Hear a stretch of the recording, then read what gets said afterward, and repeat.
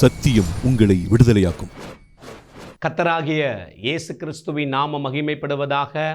சத்தியம் உங்களை விடுதலையாக்கும் என்ற தொலைக்காட்சி நிகழ்ச்சிக்கு அன்போடு கூட உங்களை அழைக்கின்றேன், வரவேற்கின்றேன். தேவநாமம் மகிமைப்படுவதாக. கடந்த ஒவ்வொரு வாரமும் ஒவ்வொரு திங்கட்கிழமையும் காலை 7:45 இருந்து 8 மணி வரைக்கும் நடைபெறுகிற இந்த தொலைக்காட்சி நிகழ்ச்சியை தவறாமல் கண்டு ஆசீர்வதிக்கப்பட்டிருப்பீர்கள் என்று விசுவாசிக்கிறேன். சத்தியத்தை அறிம்படிக்கு தேவன் உங்கள் மனக்கண்களை திறந்திருப்பார் என்று கர்த்தருக்குள் விசுவாசிக்கிறேன். தொடர்ந்து இன்றைக்கும் நாம் தியானிப்போம், சத்தியத்தை அறிந்து கொள்வோம். சத்தியம் நம்மை விடுதலையாக்குவதாக, உயர்த்துவதாக. அநேக சத்தியங்கள் வேதத்தில் சொல்லப்பட்டிருந்தாலும் ஒரு வசனத்தை நாம் கற்றுக்கொண்டு வருகிறோம், தியானித்து வருகிறோம். வெளிப்படுத்தின விசேஷம் 21வது அதிகாரம் 7வது வசனம், ஜெயம் கொள்ளுகிறவன் எல்லாவற்றையும் சுதந்திரித்துக் கொள்ளுவான், ஜெயம் கொள்ளாதவன் ஒன்றையும் சுதந்திரித்துக் கொள்ள மாட்டான். என்ன ஜெயம்? உலகத்தை, மாமிசத்தை, பிசாசை. மொத்தத்தில் சொல்லப்போனால் ஆவிக்குரிய போராட்டங்கள், அந்த ஸ்பிரிச்சுவல் வார்ஃபேர், இரவும் பகலும் பொல்லாத ஆவிகள் இயேசுவை ஏற்றுக்கொண்ட ஒவ்வொரு தெய்வ பிள்ளைகளுக்கு விரோதமாய் போராடி கொண்டிருக்கிறது. உலகம், மாமிசம், பிசாசு, கண்களின் இச்சை, மாம்சத்தின் இச்சை, ஜீவனத்தின் பெருமை என்று பல்வேறு ஏரியாவில் அவன் தாக்கி கொண்டிருக்கிறான். இந்த போராட்டத்தில் எவர்கள் ஜெயிக்கிறார்களோ, ஜெயமுள்ள வாழ்க்கை வாழ்கிறார்களோ, அவர்கள் எல்லாவற்றையும் சுதந்திரித்துக் கொள்வார்கள். சுதந்திரித்து தேவ நாமத்தை மகிமைப்படுத்துவார்கள்.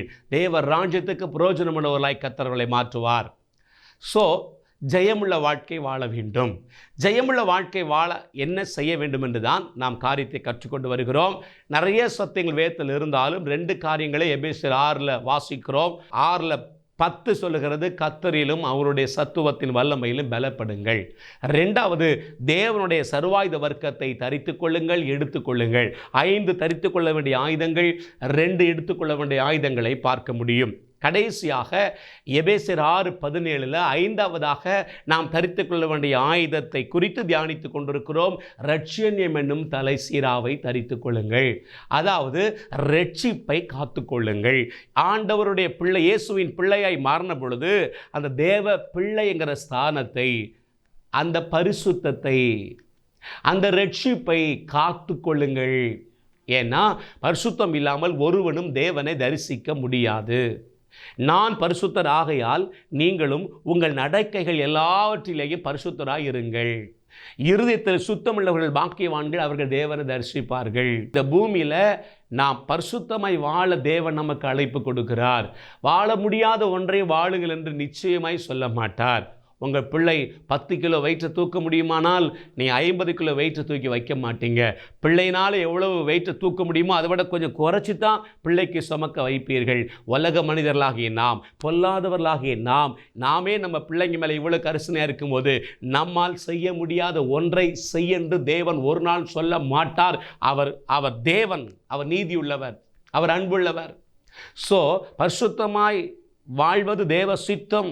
வாழ வேண்டும் என்று நிறைய வார்த்தை மூலமாய் தேவன் நமக்கு கற்றுக் கொடுக்கிறார். இப்போ பரிசுத்தமாய் வாழ்வது எப்படி என்று கடந்த நாட்களில் தியானித்து வருகிறோம். பரிசுத்தம் என்ற வார்த்தைக்கு 2 மூலமொழியில் 2 வார்த்தை பயன்படுத்தப்பட்டிருக்கிறது. ஒன்று கதோஸ், இன்னொன்று ஹாகியோஸ்.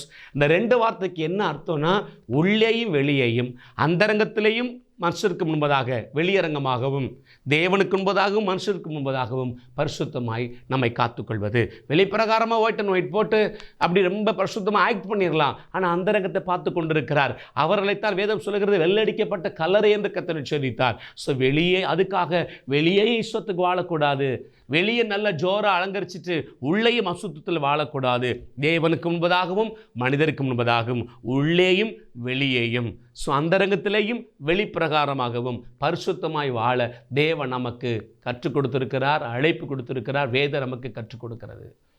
இப்போ பரிசுத்தமாய் வாழ முடியுமா, வாழ என்ன செய்ய வேண்டும் என்று சொல்லி நாம் தியானித்து கொண்டிருக்கிறோம். அநேகர் நீங்கள் கூட யோசிக்கலாம், என்னால் ரகசிய பாவத்தை விட முடியலையே, என்னால் உலகத்தை, மாம்சத்தை, பிசாசை ஜெயிக்க முடியலையே, என்னால் கண்களின் செய்ய, மாம்சத்தினை செய்ய, ஜீவனத்தின் பெருமையை ஜெயிக்க முடியலை என்று நீங்கள் கலங்கி கொண்டிருக்கலாம். அஸ்திபாரமாக ஒரு சத்தியத்தை கடந்த வார்த்தை உங்களுக்கு கற்றுக் கொடுத்தேன். ஆண்டவராகிய இயேசுவை உள்ளத்தில் ஏற்றுக்கொண்ட ஒவ்வொருவரையும் வேதம் சொல்கிறது அவர்கள் தேவனுடைய பிள்ளைகள் என்று சொல்லி. யோவான் 1:12. அவர்களை குறித்து அடுத்த வசனம் சொல்லுகிறது, அவர்கள் இரத்தத்தினாலாவது புருஷ சித்தத்தினாலாவது மாம்ச சித்தத்தினாலாவது பிறவாமல் தேவனாலே பிறந்தவர்கள். அப்படியானால் 1 யோவான் 5:4 சொல்லுகிறது, தேவனால் பிறப்பது எல்லாம் உலகத்தை ஜெயிக்கும். நம்முடைய விசுவாசமே உலகத்தை ஜெயிக்கிற ஜெயம். நான் தேவனால் பிறந்தவன், நான் தேவனால் பிறந்ததுனால பிறப்பிலேயே இந்த உலகம் மாம்சம் பிசாசு எல்லாவற்றையும் ஜெயிக்கக்கூடிய ஆற்றலோடு தான் பிறந்திருக்கிறேன் என்ற விசுவாசம், என்ற விசுவாச அறிக்கை, அந்த அறிக்கை பெருக பெருக பெருக உங்களையும் அறியாமல் நீங்கள் ஜெயமுள்ள வாழ்க்கை வாழ ஆரம்பிச்சிருவீங்க. மறுபடியும் சொல்லுகிறேன், பிசாசு நீங்கள் ஜெயிக்க பிறந்தவர்கள், ஜெயிக்கக்கூடிய ஆற்றலோடு பிறந்தவர்கள் என்பதை அறிந்துவிடக்கூடாது என்பதிலே அவன் மிக கவனமாக இருக்கிறான். ஆனால் ஆண்டவர் என் ஜனங்கள் சத்தியத்தை அறிய வேண்டும் என்று அவர் கவனமாக இருக்கிறார். வேதம் சொல்லுகிறது, அன்பு தேவஜனமே, நான் ஏற்கனவே சொன்னேன், சோத்திரம், ஒரு பன்றியின் சுவாபம் பன்றியின் குட்டிக்குள் இருக்கிறது, ஒரு நாயின் சுவாபம் நாயின் குட்டிகளுக்குள் இருக்கிறது, ஒரு குரங்கின் சுவாபம் குரங்கு குட்டிக்குள் இருக்கிறது. அந்த குரங்கு குட்டிக்கு அம்மா அப்பாவும் குரங்கு, அந்த நாய்க்குட்டிக்கு அம்மா அப்பாவும் நாய், அந்த பன்றிக்கு அம்மா அப்பாவும் பன்றி. பன்றியின் கேரக்டர், பன்றியினுடைய ஜீன் வித்து உள்ளே கடத்தப்படுகிறது. ஏன்னா அதுக்கு பிறந்ததுனால அது வித்து தான் உள்ளே இருக்கும். நம்மளை வேதம் சொல்லுகிறது, வானத்தையும் பூமி படைத்த தேவனாலே பிறந்தவர்கள். அப்போ தேவனுக்குள் இருக்கிற பரிசுத்த வித்து நமக்குள்ளும் இருக்கிறது. ஆமேன். நம்ம பிறப்பிலேயே பிசாசின் கிரியைகளை, உலகத்தை, மாம்சத்தை, கண்கள் நிச்சய மாம்சத்து நிச்சயை ஜெயிக்கக்கூடிய ஆற்றலோடு தான் பிறந்திருக்கிறோம். அந்த ஆற்றலோடு தான் பிறந்திருக்கிறோம். நீங்கள் ஜெயிக்க பிறந்தவர்கள். உங்களால் உலகத்தை, பிசாச, ரகசிய பாவத்தை ஜெயிக்க முடியும். அந்த ஆற்றல் உங்களுக்குள் இருக்கிறது. இது எப்படி அப்படின்னா, பிறப்பிலேயே கிடைத்த ஸ்லாக்கியம். தேவனால் பிறப்பதெல்லாம் உலகத்தை ஜெயிக்கும். இந்த விசுவாசம் உங்களை ஜெயிக்கிறவங்களை மாற்றும். இது அஸ்திபாரமான ஒரு காரியம். ரெண்டாவதாக ஒரு காரியத்தை நாம் புரிந்து கொள்வோமாக. ஸ்தோத்திரம். இன்றைக்கு பரிசுத்தத்துக்கு அடுத்த காரியத்தில் நம்முடைய ஆவி, நாம் ஆவியாக இருக்கிறோம், நம்முடைய ஆவிக்கும் அசுத்த ஆவிகளுக்கும் இடையே உள்ள போராட்டம்தான் இந்த பரிசுத்தத்துக்கு அடுத்த போராட்டம். பவுல் சொல்லுகிறான், நான் விரும்புகிற நன்மையை செய்யாமல் விரும்பாத தீமையே செய்கிறேன். எப்படியாகிலும் பாவம் செய்யக்கூடாது என்று நினைக்கிறான பாவத்தை செய்து விடுகிறார். கவனியங்கள், மாம்சம் ஆவிக்குரதமாகவும் ஆவி மாம்சத்துக்குரதமாக போராடுகிறது என்று வேதம் சொல்லுகிறது. மறுபடியும் சொல்லுகிறேன், பரிசுத்தம் என்று வரும்போது நம்முடைய ஆவிக்கும் அசுத்த ஆவிக்கும் இடையே உள்ள போராட்டம். அசுத்த ஆவிகள் தான் பாவம் செய்ய நம்மை தூண்டுகிறது, பாவத்துக்கு நேராக இழுத்து செல்லுகிறது. இந்த அசுத்த ஆவிக்கும் நம்முடைய ஆவிக்குள்ள போராட்டத்தில் நாம் ஜெயிக்கணும். கவனியங்கள், 2 பேர் ஒரே எடையுள்ள ஒரே மாதிரியான 2 பேர் சண்டையிடுவார்கள். ஆனால் ஹைட்டு வெயிட்ஸ் எல்லாம் ஒரே மாதிரியாக இருக்குது, எந்த வித்தியாசமும் இல்லை. 2 பேருக்கும் யுத்தம் என்று வந்தால், சண்டை என்று வந்தால் யார் ஜெயிப்பார்கள்? சில நேரம் சிலர் ரொம்ப குண்டாக இருப்பாங்க, ஹைட்டாக இருப்பாங்க, அதனால அவங்க ஜெயிச்சிருவாங்கன்னு சொல்ல முடியாது. சிலர் பார்த்தீங்கன்னா பார்க்குறதுக்கு ரொம்ப ஒல்லியாக லீனாக இருப்பாங்க, அதனால அவர்கள் தோற்று விடுவார்கள் என்று சொல்ல முடியாது. 2 பேருக்கு சண்டை என்றால் யாருக்குள்ள அதிக பலன் இருக்கிறதோ அவர்கள் தான் ஜெயிப்பார்கள். பலசாலி பலவீனனை தோற்கடிப்பான். இப்போ கவனிங்க, நம்முடைய ஆவிக்கும் அசுத்த ஆவிகளுக்கும் இடையே உள்ள போராட்டம். அசுத்த ஆவிகள் நம்மை பாவம் செய்ய தூண்டுகிறது, பாவத்துக்கு நேரம் இழுத்து செல்ல துடிக்கிறது, நம்ம ஜீவியத்தை அசுத்தத்துக்கு நேரம் இழுத்து செல்ல துடிக்கிறது. இப்போ அந்த ஆவிக்கும் நம்முடைய ஆவிக்கு போராட்டம். இந்த போராட்டத்தில் ஜெயிக்கணும்னா அசுத்த ஆவியை, அந்த அசுத்தாவின் கிரியைகளை ஜெயிக்கக்கூடிய ஆற்றல், ஜெயிக்கக்கூடிய பலன் நம்முடைய ஆவியில் இருக்க வேண்டும். நம்முடைய ஆவியில் அந்த எதிராளியாகிய பிசாசின் தந்திரங்களோடு எதிர்த்து நிற்க திராணி இருக்க வேண்டும், பலன் இருக்க வேண்டும். சரீர பிரகாரமாக உள்ள யுத்தத்திலே யார் ஜெயிப்பார்கள் என்றால், சரீரத்தில் யாருக்கு பலன் அதிகமாக இருக்கிறோ அவர்கள் ஜெயிப்பார்கள். அதே பிரின்சிபல் தான் இந்த ஆவிக்குரிய போராட்டத்தில், அசுத்த ஆவிகளோடு கூட உள்ள போராட்டத்தில் ஜெயிப்பதற்கு நம்ம ஆவியில் அந்த ஆவியை மேற்கொள்ளக்கூடிய பலன் திராணி இருக்க வேண்டும். முதலாவது அஸ்திபரம் ஒரு காரியத்தை சொன்னேன். ரெண்டாவதாக நம்ம ஆவியில் அந்த திராணி இருக்க வேண்டும். ஆவியில் நமக்கு பலன் வேண்டும். அதைத்தான் எபேசியர் 6:10 சொல்லுகிறது, கர்த்தரிலும் அவருடைய சத்துவத்தின் வல்லமையிலும் பலப்படுங்கள். எதில் பலப்பட வேண்டும்? எபேசியர் 3:16 சொல்லுகிறது, நீங்கள் அவருடைய ஆவியினாலே உள்ளான மனுஷனில் வல்லமையாய் பலப்பட வேண்டும். மறுபடியும் கவனியுங்கள், உள்ளான மனுஷன் தான் ரியல் மேன், உண்மையான மனிதன். மனிதன் ஆவியாக இருக்கிறான், அவனுக்குள் ஆத்துமா என்று ஒன்று இருக்கிறது. இந்த 2 பேர் சேர்ந்து தான் ஆவி மனிதன் என்றும் உள்ளான மனிதன் என்றும் மறைந்திருக்கிற மனிதன் என்றும் வேதம் அழைக்கிறது. Spirit man, hidden man, inner man என்று வேதம் அழைக்கிறது. கவனியுங்கள், வேதம் சொல்கிறது உள்ளான மனிதன் வல்லமையாய் பலப்பட வேண்டுகிறேன் என்று பவுல் சொல்லுகிறான். ஸோ நமக்குள்ள ஆவியும் ஆத்மாவும் சேர்ந்துதான் உள்ளான மனிதன் என்று அழைக்கப்படுகிறது.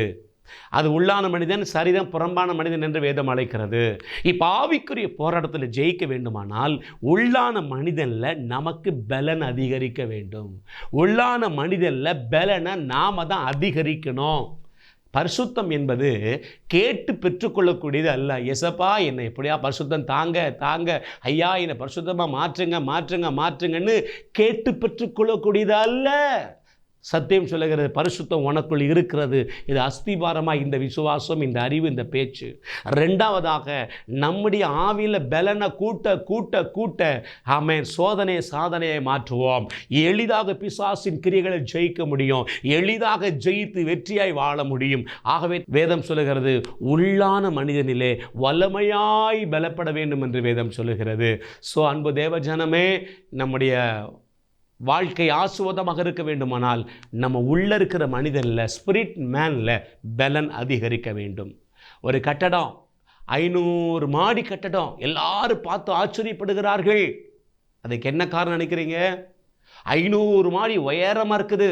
ஐயா, வெளியரங்கமான வாழ்க்கை ஓஹோன்னு இருக்கணும் அப்படின்னா அந்த 500 மாடி அவ்வளோ உயரமாக இருப்பதற்கும் எல்லாரும் பார்த்து வியப்பதற்கும் என்ன காரணம்? கண்ணுக்கு தெரியாத அஸ்திபாரம் ஆழமாக அகலமாக இருக்குது. பெருமழை வருகிறது, பெருங்காற்று வருகிறது, ஆனால் எல்லா மரமும் கீழே சாயும் பொழுது ஒரு மரம் மட்டும் சாயவில்லை. காரணம் என்ன? கண்ணுக்கு தெரியாத வேறு ஆழமாய் அகலமாய் வேறு உண்டு இருக்கிறது. புரிந்து கொள்வீர்கள் என்று நம்புகிறேன்.